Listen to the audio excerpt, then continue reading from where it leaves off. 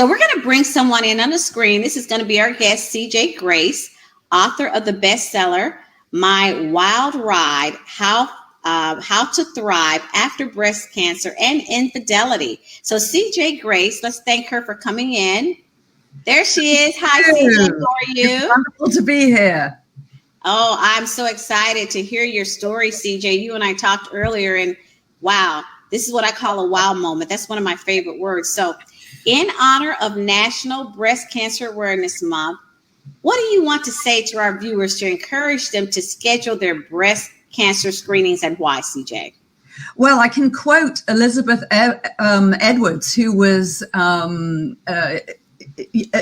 wife of a very famous politician. I'm sure you've all heard of him, but she sadly died from breast cancer, and she said that she was tardy having her breasts checked. And she says, you know, if you delay, it doesn't change the result. It just changes the outcome. And that's a very powerful statement. So you lose everything by delaying, basically. You need to have your regular checkups, because things can happen much faster than you would imagine. I'm a 2-time breast cancer survivor.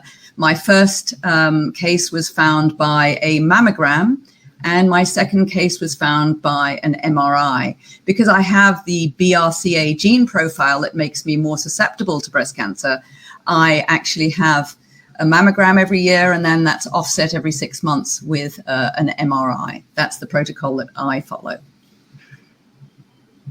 Wow. Thank you for that insight. Dr. Howard.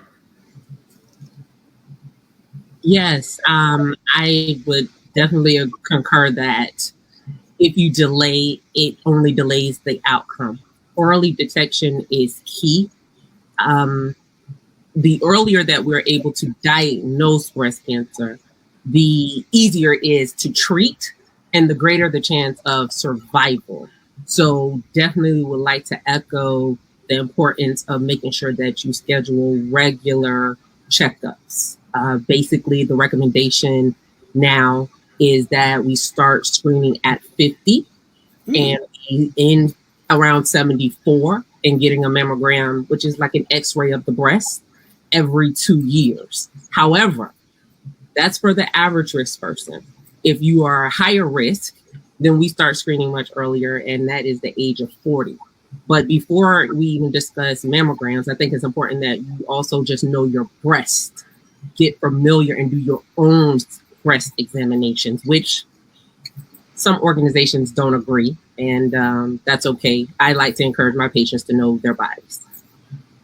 Oh, wow. You know, and that's so important. And I was kind of shocked at that age when you said age 72. Oftentimes we don't think about getting screenings when we're older. Yes, 74.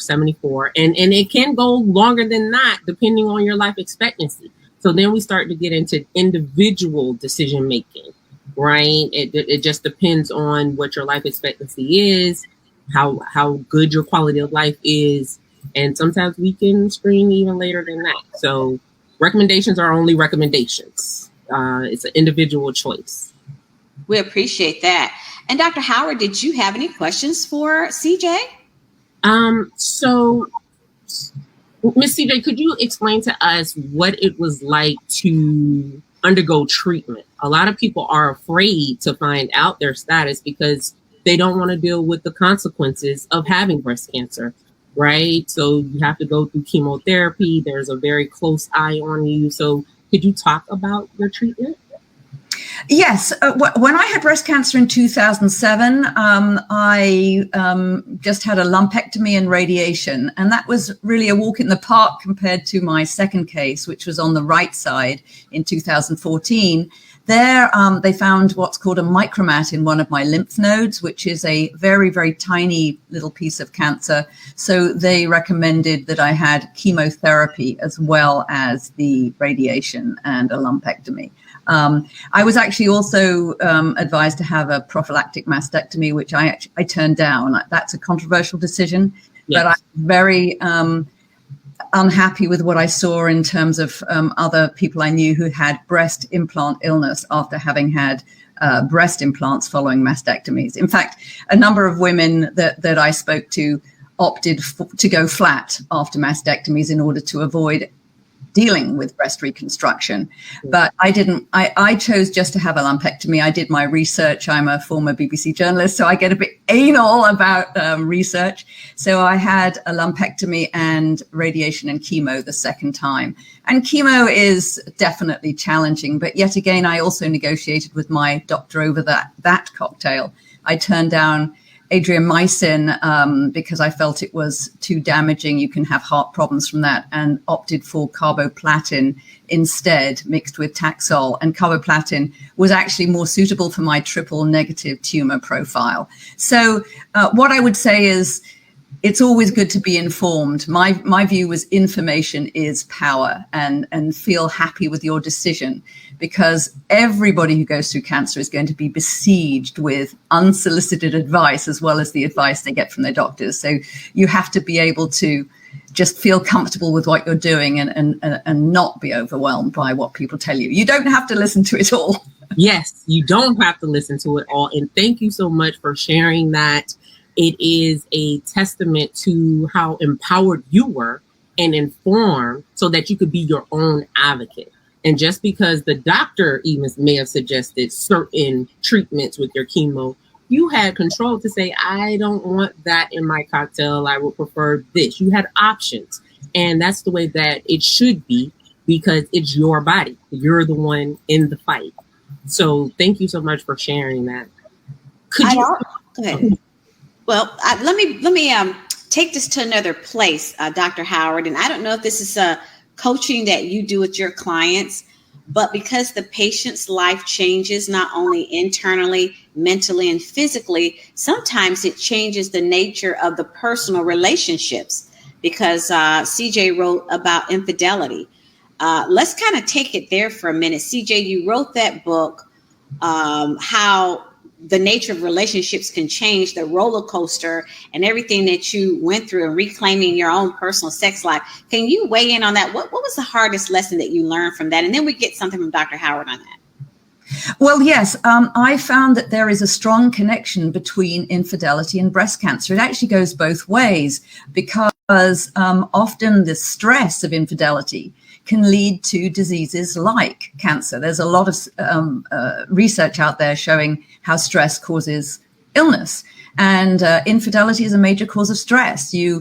It's like bereavement, because you can lose your relationship, you can lose your home in the divorce, you can become financially far worse off, because after divorce you split your assets and half is always less than all of what you have.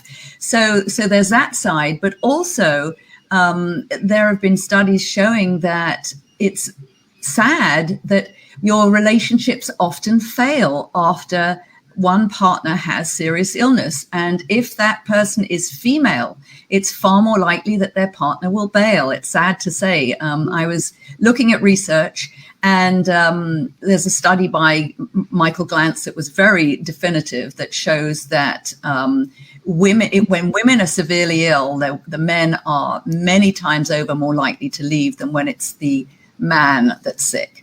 I don't know, maybe we just have that caregiver gene and we stick with our men when they're sick, but it's not so much the case when it's the other way around. And thank you for sharing that. I'd like to pull Dr. Howard in on that for a minute. Is that something that doctors should prepare their patients for, that as their life changes? Is there a script for that, Dr. Howard? Definitely isn't a script. In fact, even hearing your testimony, I'm sitting here pondering, how would I respond to that if my patient was in my office and confiding in me that they are also dealing with infidelity. The link is there, as you said. Stress predisposes us to things like cancer and other causes of inflammation in the body. So, yeah, definitely there is no script. But I can definitely see where the importance is for someone to feel good with their doctor and comfortable to have that discussion. Excellent. Thank you so much. And while we have you up, Dr. Howard, what would be your closing thoughts on this topic of breast cancer awareness? We've heard CJ's story. What would your final words be on that? As Ms. CJ echoed, it is important to be your own advocate. be informed, and as I said, to know your breasts. Examine your breasts, get comfortable with them. So if you notice any abnormalities, if your breasts are more tender, if you notice a lump, and it may not be in the breast, it may be under the armpit. If you notice any dimpling of the nipple or any discharge from the breast, whether it's blood or milky, unless you are lactating, then these are certain changes that you want to be familiar with and make sure you identify so that you can speak with your doctor. And then finally, I would say it is important to start screening with your mammograms if you're average risk at the age of 50 through 74 every 2 years. If you're higher risk, start at the age of 40. But again, it's important to talk with your doctor to identify what your risks are and what age is appropriate for you to start screening. Because there's also some damage done if we're screening too early and too frequently too. We can start to identify false positives and put the patient through a lot of traumatic things and the fear of having cancer when they don't have cancer. So it's a balancing act. Yeah, so it's a balancing act. Thank you so much, Dr. Howard. Let's pull in CJ. Final, CJ, how can Thriving Women Network support you? Got about 30 seconds. Well, I have a lot of resources on my website for people with breast cancer and dealing with infidelity. cjauthor.com. That's the website. cjauthor.com with an American accent so you can understand it better. But I really feel like there is a lot of hope. There is hope. And part of it is getting in the right headspace. And I have a PDF you can download to help you do that. So if you visit cjauthor.com, you'll find that. Thank you so much for having me on the show.